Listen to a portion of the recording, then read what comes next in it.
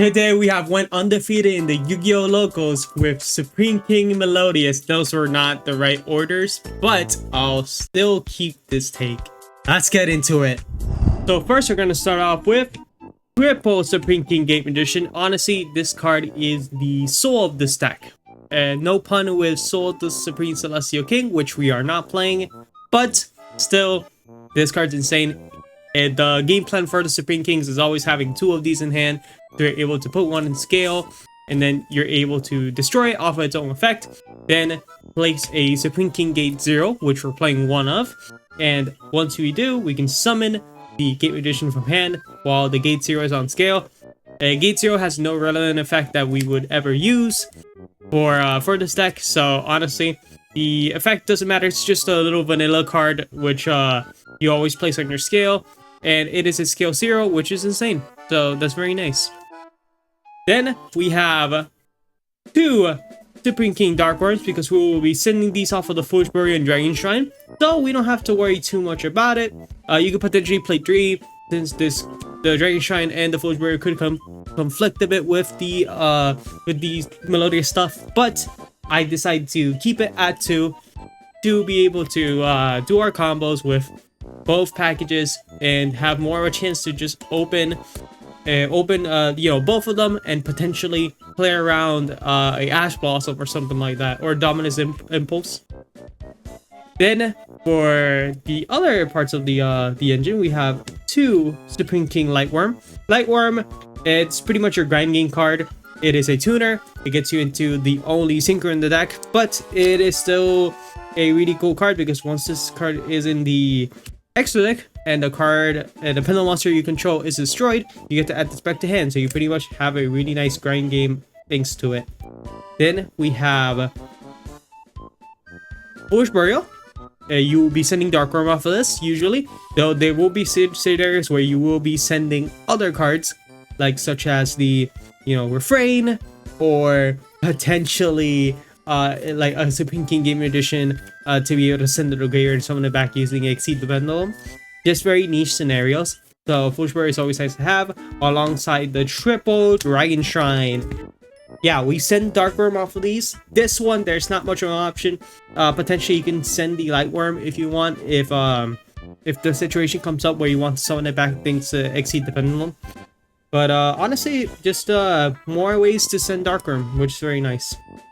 Then we have Triple Wings of Light. Being able to play around Droll, especially when a format is new, is always really nice, because people will switch back to Droll and you have to play around that. And thanks to Wings of Light, you're able to just chain it on the Droll and be able to add yourself a Supreme King Gate card. Like a monster, like Gate Magician or Dark Worm. Or maybe Lightworm. Depends the scenario. That is it for the Supreme King Gate package, or Supreme King package. And we will be getting into the Melodious package. You're playing 3 Refrain. Refrain, I don't have much to say about this card. This card is insane. It is a great normal summon. You will want to play this at 3. It is a better normal summon than Dark Worm. So if you ever have this plus Dark Worm in hand, you will always summon the Refrain. So yeah, that's pretty much it when it comes to this card. Also, you're playing Triple Couplet. There are some lists I kind of went back and forth on if I want to play 1 or 3. I never play 2. Though, honestly, the fact that this card is a high scale and gets you to summon the Supreme King Game Magician if you ever draw this plus Game Magician is insane. So you'd rather draw this even if your hand is pretty much dead, because it gets you into like if you ever get into Supreme King Gate Magician, you're able to just combo off of it thanks to having this card in hand. And then of course, Couplet's effects on scale is able to search a Melodious spell. So we have the Concerto. Yeah, that you have to play this. It gets you into a early Absolute Dragon thanks to having 2 botches, which is insane. And yeah, I just recommend playing this. And then we have Triple Ostinato. Ostinato is just a must-have to play. This is branded fusion pretty much, but for Melodious. And the fact that that does not lock you at all is insane. So definitely play this. I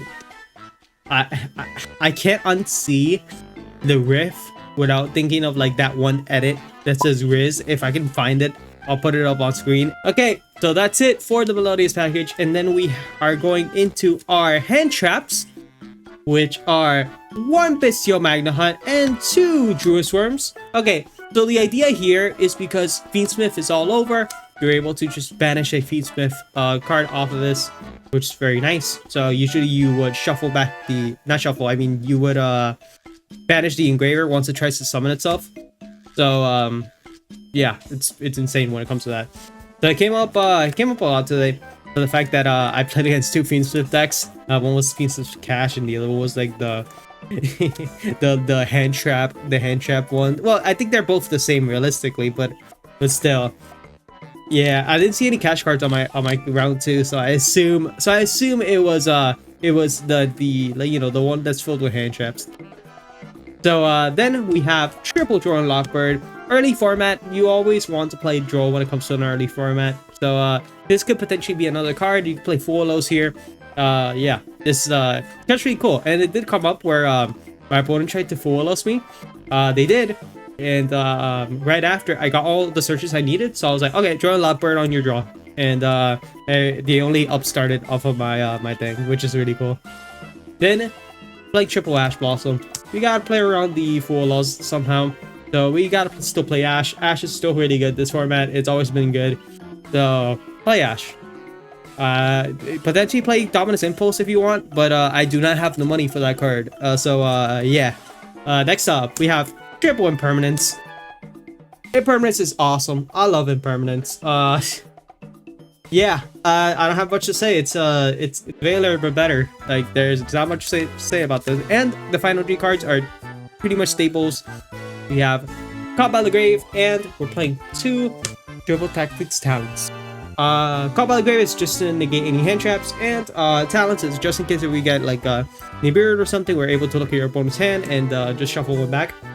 Or, you know, or for scenarios where we're going second, which whenever I had to go second in this event was this card's just insane because you get to just rob a guy and just and start linking off of it.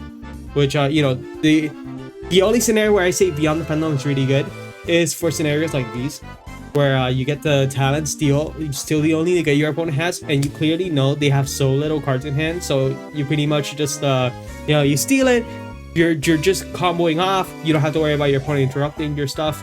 It's insane. And yeah, let's move on to these extra deck. For the extra deck, we have 2 Beyond the Pendulums. I would love to one of them be Electromite, but sadly we're not there yet. So yeah, 2 Beyonds. That's what it is for now. So let's hopefully next banlist we'll get Electromite back. So yeah, this card's pretty good. Having 2 is really good sometimes because you Beyond the Pendulum is not a once per turn. So if your opponent negates the first Beyond, you just like have another guy on field, link it off again, then make Beyond Pendulum number 2 activate the effect again. Really cool. I like it a lot. So the only effect that is a once per turn is the on Pendulum summon effect where you have to target, but you're not playing the double Pendulum summon like engine, so I think you're fine.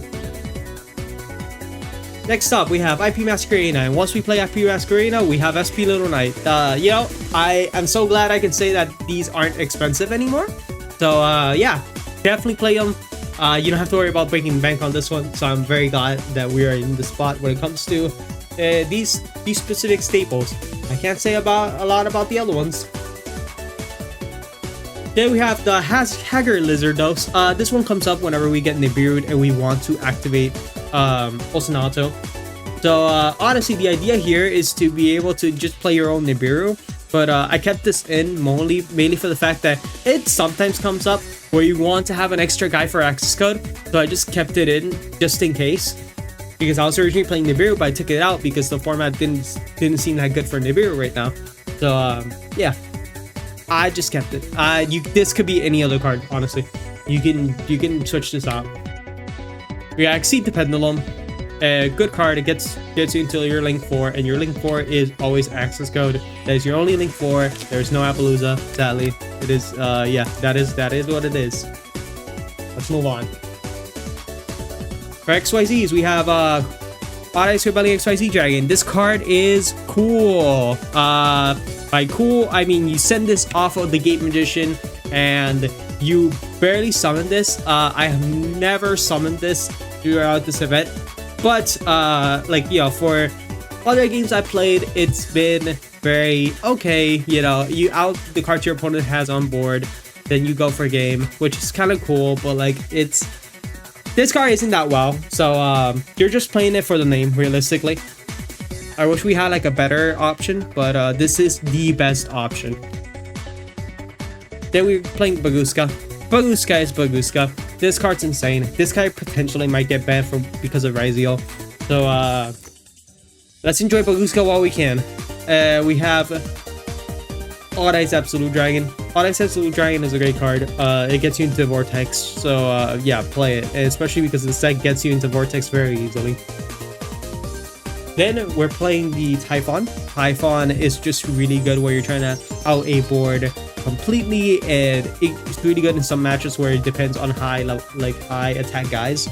So pretty much stops that, which is really cool. So they have to like beat over this first, and they waste the battle phase, and that means you have an extra turn. So that's cool. Our only synchro is Ignister.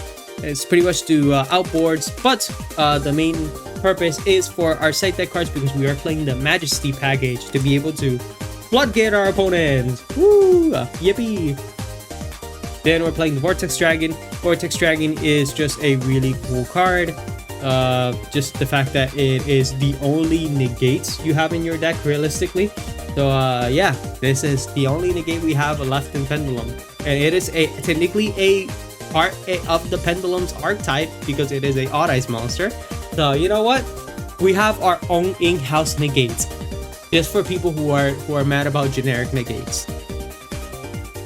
Then we're playing the double Bacha. Bacha is just that card. I don't know how to pronounce this card. It's Bacha, Baka. I'm not sure, but this card is great. The fact that you can realistically just use these two into going into Absolute Dragon is crazy, and the fact that their effects is when they're sent to graveyard. So if you link off the Vortex or the Absolute, you get Vortex plus a card off of the graveyard plus the effect of the Concerto. You get Concerto, put it back on the deck, and then draw one. So you plus so much off of that. So it's really a really cool interaction. So yeah, that is it for the extra deck, and let's go into the side deck. So for our side deck, we have Triple Ghost Ogre. Ghost Ogre is such an insane card this format for the fact that it's really good against Yugioh. You get to chain this to the Yugioh duo. I forgot the name of the card, but it's the duo guy where it can search two cards off of it. It's like Gigantic Sprite.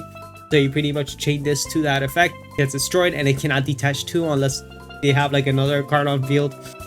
And yeah, one thing I should mention, anytime I'll play against Maliss, which this situation would be really funny, they would Haggard Lizardos banish a Maliss from grave to summon. I would just chain Ghost Ogre, and it would be the end of the turn. It was really funny. So this card's really cool, this format. We have our Ignister package.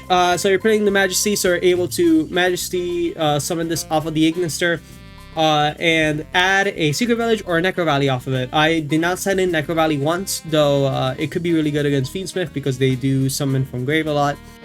But I usually just set in the Secret Village or Spellcaster since they cannot activate Tract nor any other like Kashtira or like, unless the other archetype they have is Spellcasters, you should play the Necro Valley. If not, just play the Secret Village. I think that's the best way to think about it. So yep.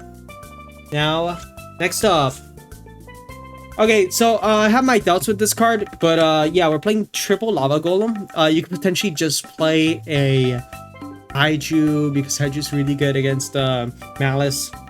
I don't have much of an idea what to do with this, but I never set it in, so yeah, that's like the best I could say. Usually I would end up setting it in since I don't normal summon much, since you usually have either the Dragon Shrine or the Ostinato in hand.